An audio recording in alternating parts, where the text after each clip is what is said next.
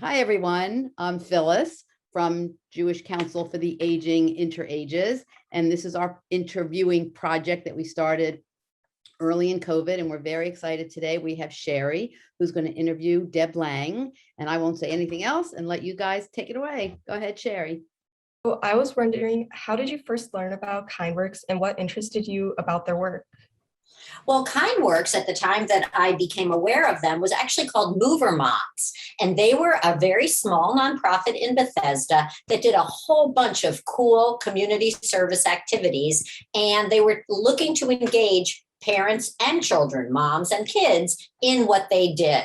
And I just thought that was a great model because I had young kids at the time and I was working at the different schools and also in the county trying to create really wonderful interest in people volunteering in the community. So when I heard about Mover Moms, it was such a natural fit. But after a few years, so they were looking to hire somebody to replace their executive director. And I just thought, my kids are getting out of school, but I love what I do. And I love drumming up good community opportunities for everyone in the community. So I joined and we quickly decided that, moms and kids is great, but what about dads? And what about women without kids and men without kids and grandparents and everybody? So we kind of shifted once I joined away from moving moms and kids and over to KindWorks.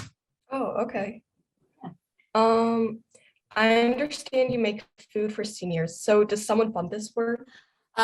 Those projects have the participants supply the ingredients that they need to make these foods. So the volunteers fund this work.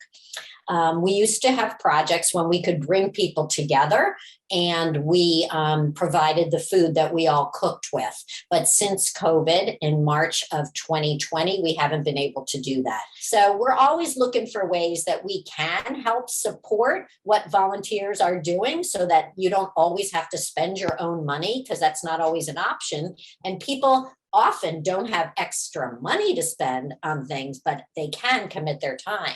So we are always looking for ways. But during COVID, that's been a little more challenging. So I was also wondering what your favorite type of volunteer work, because I know KindWorks has like a lot of options. Yeah, I have to be honest.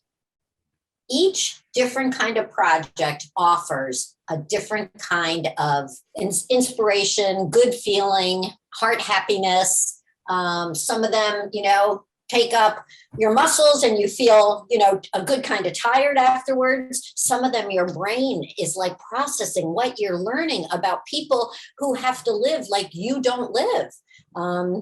We work with people who are currently homeless. We work with people who worked in the jails. I personally went in, most weeks, and we would try to help them become more job ready and life ready through a program called the One Stop up at the jail in Clarksburg.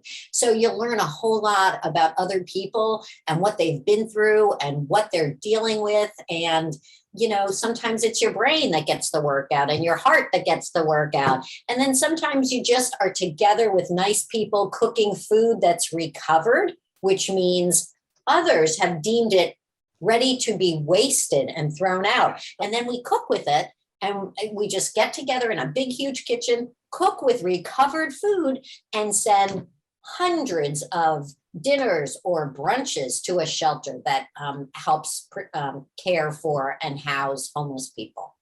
So there's a million different ways, and I love all of them almost equally. Okay. Not that I don't love them all. I don't love them all equally, but almost. Do you have any hobbies outside of your volunteer work? I do. I love to read. And a lot of my hobbies now coincide with my work because people tend to have the same hobbies. And if you can find a way to make your hobby how you help the community, how great is that? So we have Harvest Share for people who like to garden. We do have sometimes some gatherings over books. I like to hike. We haven't done anything with that. I like to, get out and walk or hike or be active. I ice skate, but I don't get to do that very often. I travel, but I don't get to do that very often. And Sherry, my favorite thing, truthfully, in the whole world is cooking with and for other people. I just love that camaraderie. I love providing and gifting and sharing, and being in community like that. So what are some other places you have volunteered at? And was there a certain project that you really liked there? Yeah, I go up to New York somewhat frequently, and right near where I stay, when I can be in New York, there is a huge commercial kitchen for an organization called God's Love We Deliver. And it's a really great organization that runs a lot like another place that I have volunteered in DC, and that is Jose Andres's World Central Kitchen.